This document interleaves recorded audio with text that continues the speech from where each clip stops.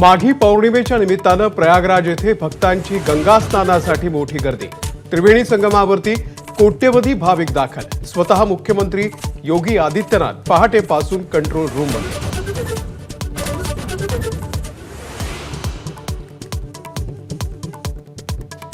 लाडकी बहीण योजनेचा फटका शेतकऱ्यांच्या ठिबक सिंचनालाही। वर्षभरापासून ठिबकच्या अनुदानासाठी हेलपाटे मारणाऱ्या शेतकऱ्यांची कैफियत।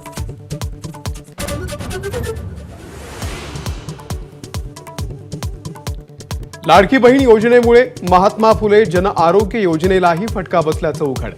हॉस्पिटल परिपूर्तीची कोट्यवधींची बिलं 6 महिन्यांपासून स्थगित।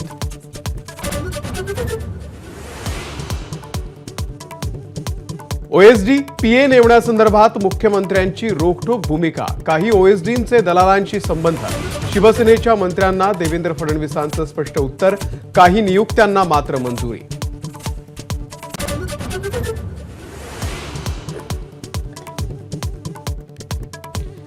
सरपंच हत्या प्रकरणामध्ये फेर तपास करण्याची धनंजय देशमुख यांची मागणी।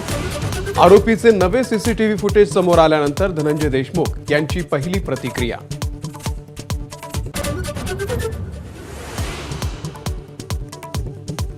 दिल्लीमध्ये पवारांच्या हस्ते उपमुख्यमंत्री शिंदेंचा महादजी शिंदे राष्ट्र गौरव पुरस्कारानं सन्मान। ज्यांनी पुरस्कार दिला त्यांचं नाव जरी पवार असलं तरी ते शिंदेंचे जावई। शिंदेंकडून पवारांवरती स्तुतीसुमन।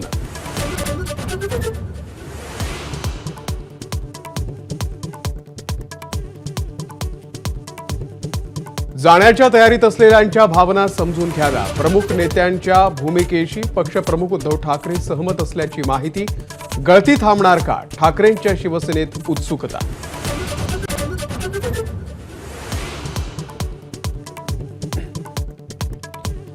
सांगलीमध्ये शाळकरी मुलंही नशेच्या आहारी। शालेय विद्यार्थ्यांकडून सार्वजनिक उद्यानामध्ये खुलेआम नशा। पालकांनीच व्हिडिओ शूट करत उघड केली मुलांची नशेखोरी। पोलीस पहारा वाढवण्याचीही केली मागणी।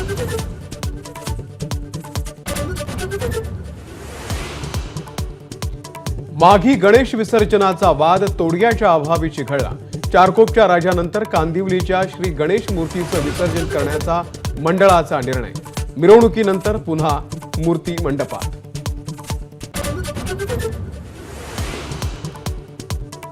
फ्रान्सच्या दौऱ्यावरती असलेल्या पंतप्रधान नरेंद्र मोदी यांचं मार्सेलीमध्ये भारतीयांकडून शानदार स्वागत। मार्सेलीमध्ये सुरू असलेल्या नवभारतीय कॉन्स्युलेट फ्रान्स भारत मैत्री पर्वाचा नवा अध्याय सुरू झाल्याचं पंतप्रधानांचं प्रतिपादन। चॅम्पियन्स ट्रॉफीच्या आधी भारतीय संघाला मोठा धक्का। पाठीच्या दुखापतीमुळे जसप्रीत बुमराची स्पर्धेतून माघार। बुमराच्या ऐवजी हर्षित राणाचा संघात समावेश।